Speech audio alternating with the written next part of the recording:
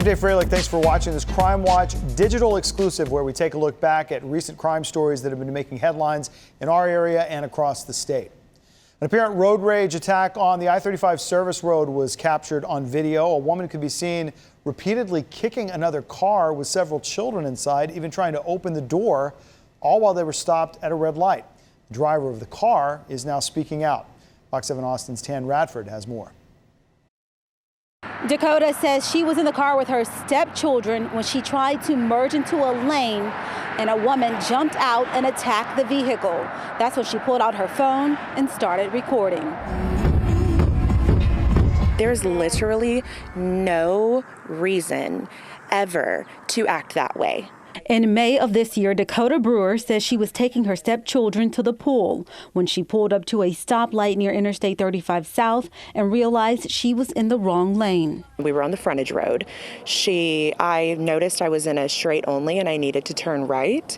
So I waited, put my blinker on, waited until, there was a free space. She was on her phone, not paying attention. So I merged in and she proceeded to start honking her horn at me constantly. Startled by the actions that followed the honking, Dakota says she pulled out her phone and started recording. Pulled up, tried to hit my car, and then pulled up next to my car and started beating on my passenger seat window with my oldest stepdaughter in the vehicle. From there, she says the road rage escalated. She proceeded to just donkey kick my car over and over, beat on the windows. She tried to open the back door where 3 of my children were. Dakota says in the process, the woman ripped the gas tank cover off and dented the car. This type of damage. We turned and she thought I was following her, I'm assuming. So she busted a U-turn and started following us. And then as you can see in the video, you'll see where she tries to come up behind us, hit my car. She says the women finally drove off when they realized she was calling the police. Can we lose her? You saw that there were children in the car. You saw that there were children in my backseat, and you tried to open the door. What would you have done had you opened that door and seen my children? Would you have ripped my 3-year-old twin out of that car seat? Then what would have happened? Dakota posted the video to TikTok where it reached nearly 1 million views. She says she was able to file an insurance claim with the help of those commenting on the video. They have actually named both of the people that were in the vehicle. And if they would like to show their side, they're more than welcome because the passenger was recording. Bad people. Dakota says she has filed a police report with Austin Police Department and is waiting to hear back. In South Austin, Tan Radford, Fox 7 Austin News. Newly released police video shows a driver leading police on a nearly 10-minute chase in Hutto. Happened back on July 2nd. Hutto police were responding to an assault at an apartment complex on Carl Stern Drive. That suspect, Lawrence White, took off down Highway 79. He blew out a tire but kept going on I-35 South before ending up in a culvert. White then ran away, but a canine named Rocket was able to track him down. When the suspect saw Rocket running towards him, he said, "I give up," and he laid on the ground. White was arrested and booked into the Williamson County Jail. A prominent Rhode Island punk rocker from the 1990s was stabbed to death in Austin earlier in the year. Friends say they're devastated. Police say they want the woman responsible for his death to go to prison for the rest of her life. Fox 7 Austin's Meredith Aldis has that story. He was a character, let's just put it that way. 54-year-old Robert Joseph St. John Jr. He was a drummer in a punk band and had a record label. We were the pioneers of what we did. We were doing it before these guys are doing it now. At one point, Mike Brown and St. John were roommates in Rhode Island. What was that like? A zoo.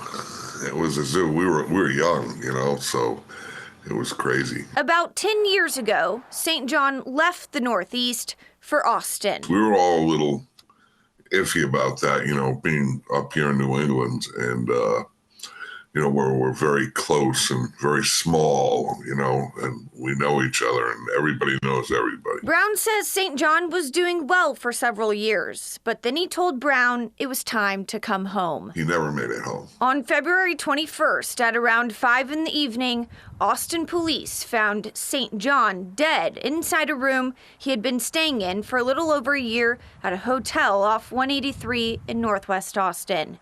Next to him, a knife, and on the door outside, blood. Residents in rooms nearby say they heard a disturbance in St. John's room 2 days earlier.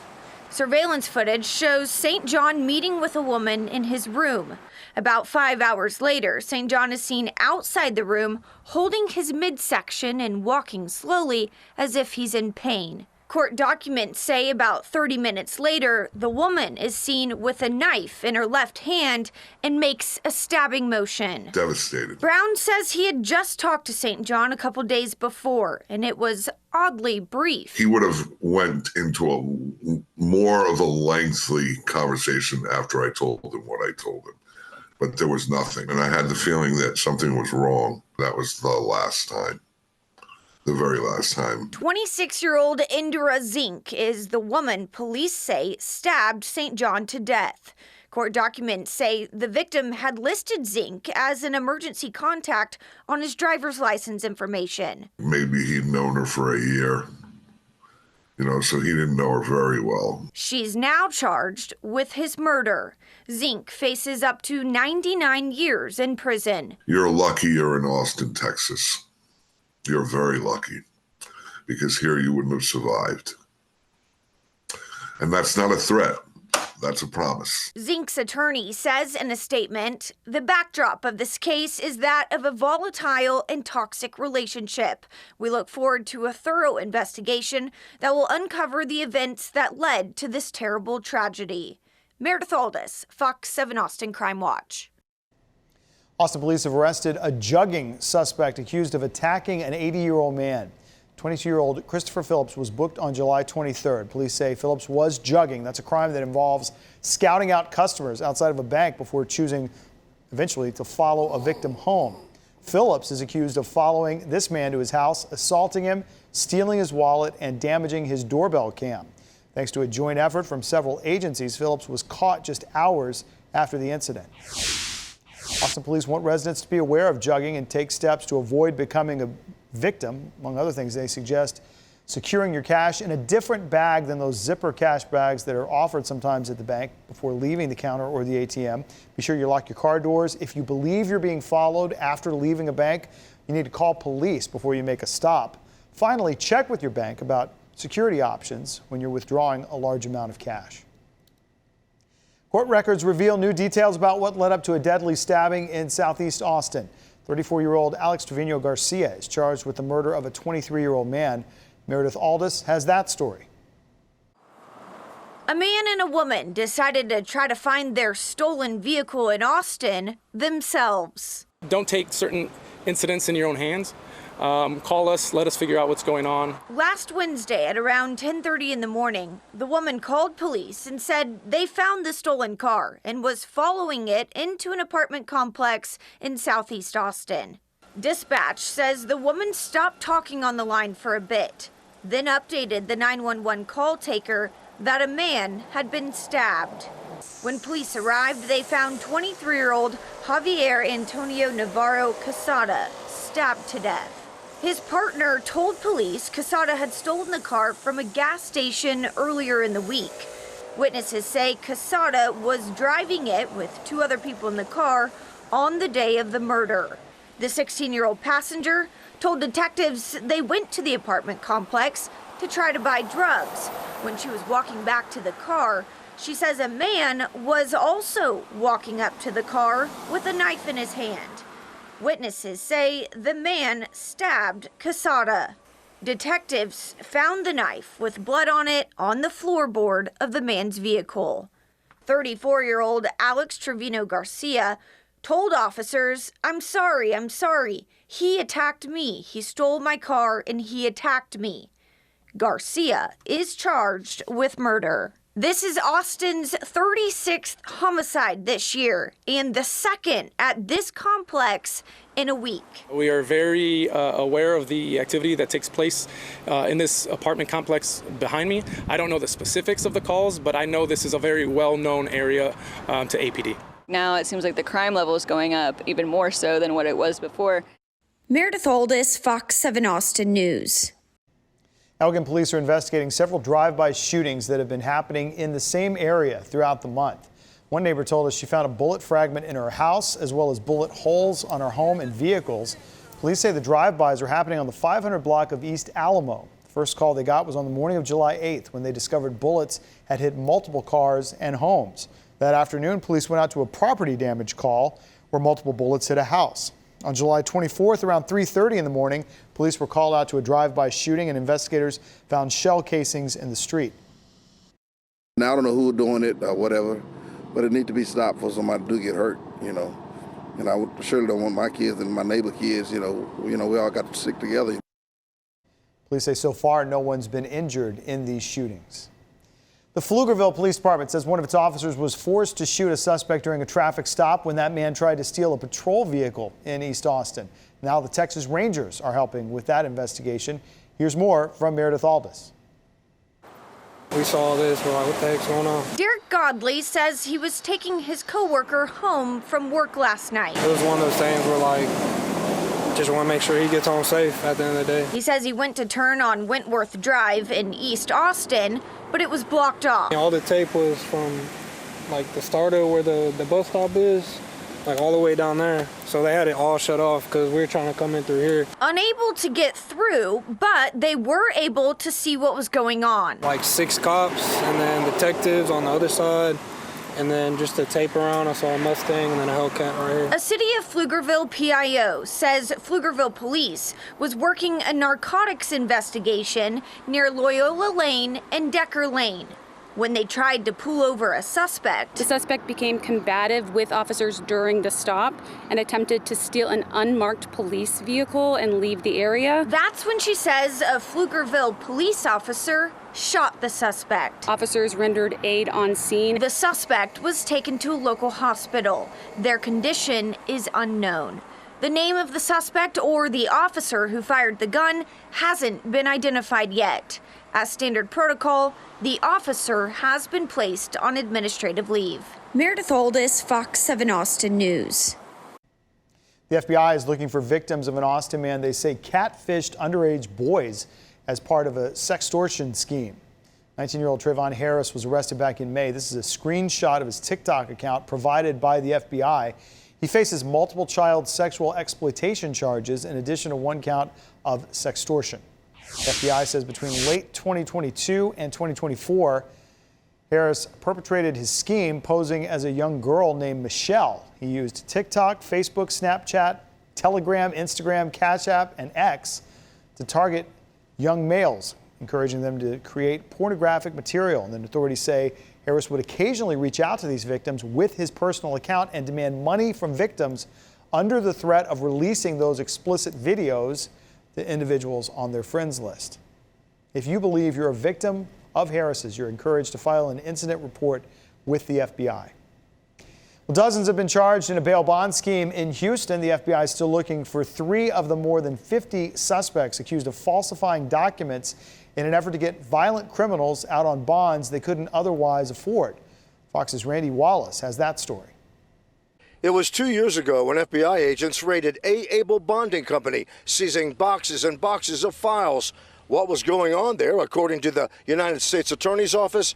A wire fraud scheme that enabled defendants with high bonds to get bail by using falsified documents. The indictment alleges that there's 11 defendants who would not have gotten out of jail but for the fact that A. Abel was falsifying documents that they submitted to Financial Casualty for Financial Casualty to approve these bonds. Ken W. Good is the attorney for Financial Casualty Insurance. He says the bond amounts were so large they had to be approved by Financial Casualty, so A. Abel Bonding allegedly falsified documents. They were charging a fee to the defendants to create false documents to make it appear like they had indemnitors who had good jobs that would stand with them if they failed to appear for court, or that they had property that they did not have. Crime victim advocates say they suspected wrongdoing at A. Abel Bonds. When the first FBI raid happened, we were ecstatic because these companies were making Houston a less safe place to live. If convicted, each of the 53 defendants faces up to 20 years in prison and a $250,000 fine. Randy Wallace, Fox 26 News. God! You good? Get up! That's a ram. Black. Dallas police have released a video showing a stolen pickup ramming into police vehicles moments before an officer-involved shooting.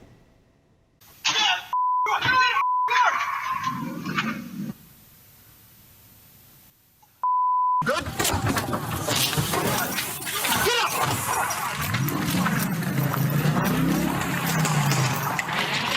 He got a gun! He got! Drop the gun! Drop the gun!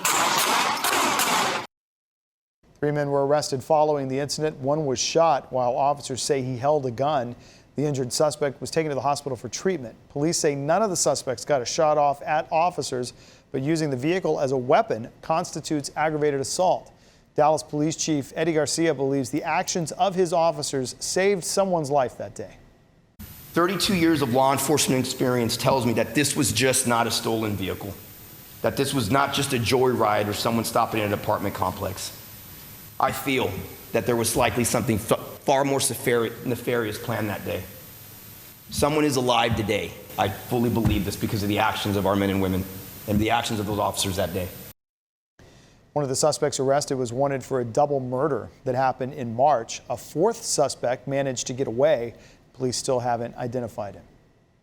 A League City man is behind bars. James Hart is accused of tampering with his dead girlfriend's body. This is in connection to the mysterious death of 30-year-old Giselle Salazar back in May.